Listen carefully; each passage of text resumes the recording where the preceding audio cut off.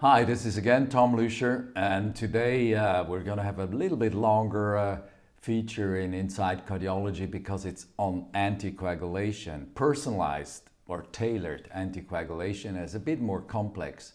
And I will refer to my paper that you see here that has been published in the European Heart Journal just lately. It's an extensive review with many experts in the field, and here you can see again the coagulation cascade. You all know that, but it's, I think, very nicely designed by our designer, and it reflects that both coagulation factors and the platelets work together to form a solid clot. Now, in this review, we actually went through the circulation. We start down with the veins that you can see here, then we move up to the lung for pulmonary embolism.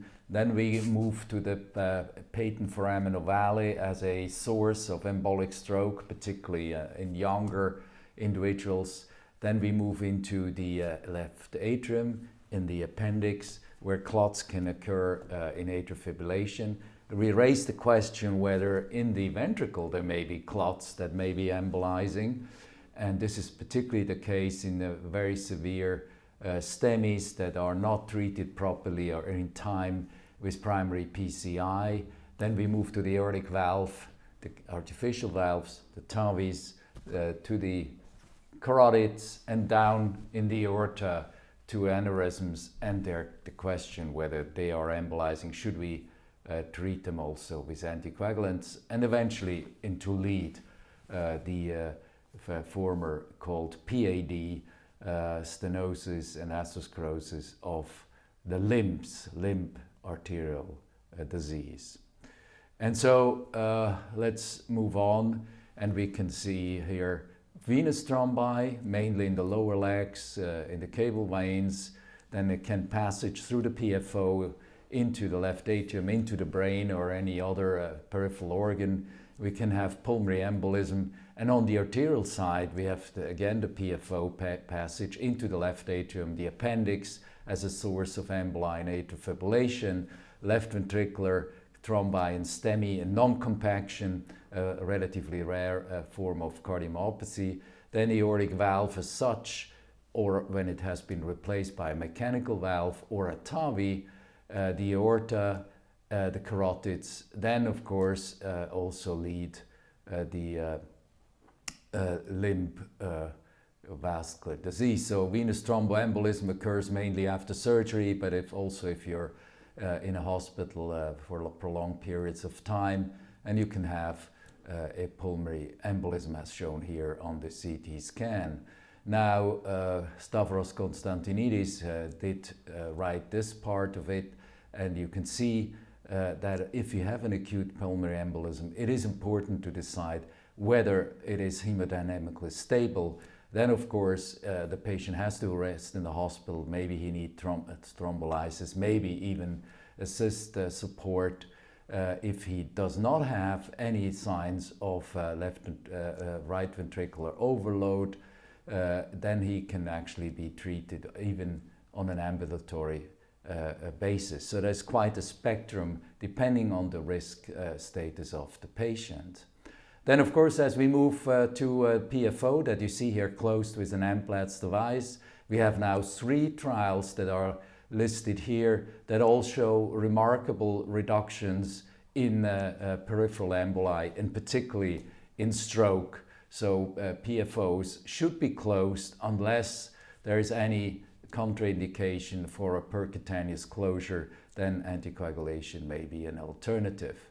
Moving on to atrial fibrillation, how do we prevent thrombi in the left atrial appendix? Of course, here NOACs are the treatment of choice, and here you can see both the reduction in strokes on the left and bleeding on the right, and overall we see that compared to anticoagulation, NOACs are always favorable compared to classical warfarin or Marcumar or Syndrome, and therefore are the medication of choice in this very indication.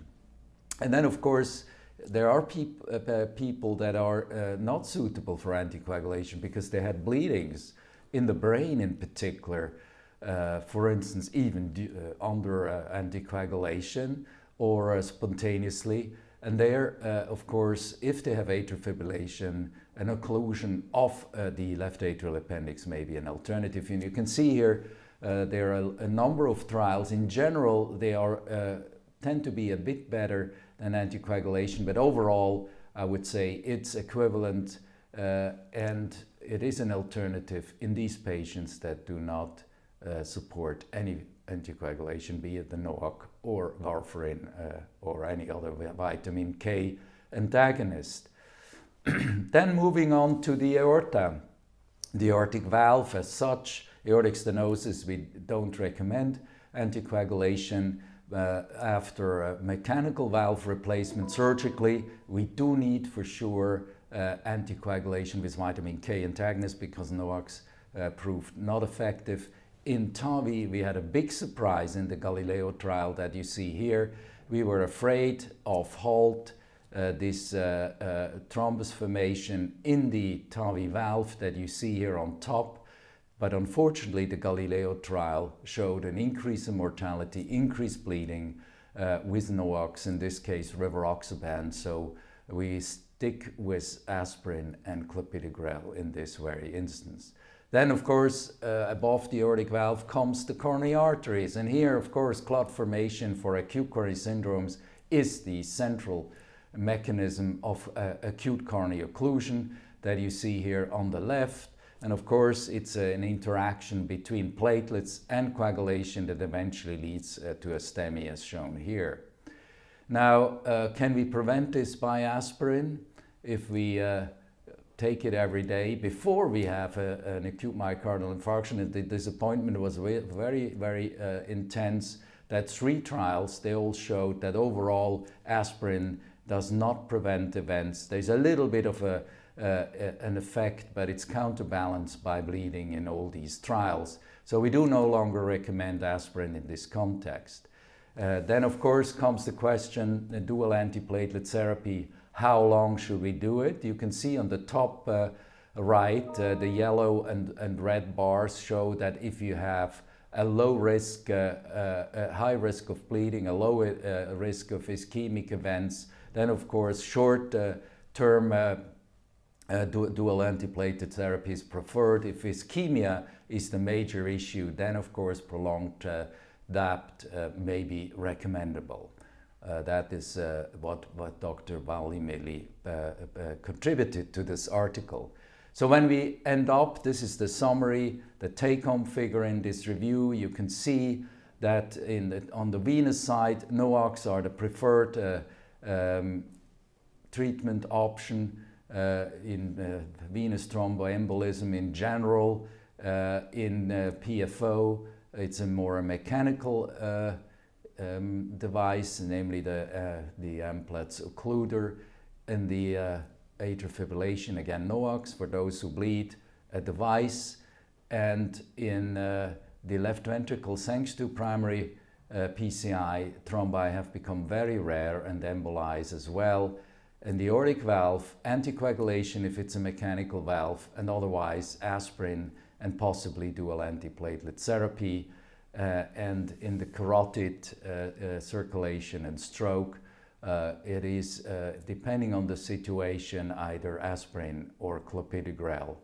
And in the periphery, it is different as well. In general, we do recommend a P2Y12 inhibitor. And so we have a whole spectrum of differential, personalized antithrombotic therapy that is outlined in this article that I recommend you to read. I hope I motivated you to do so, and thank you very much for your attention.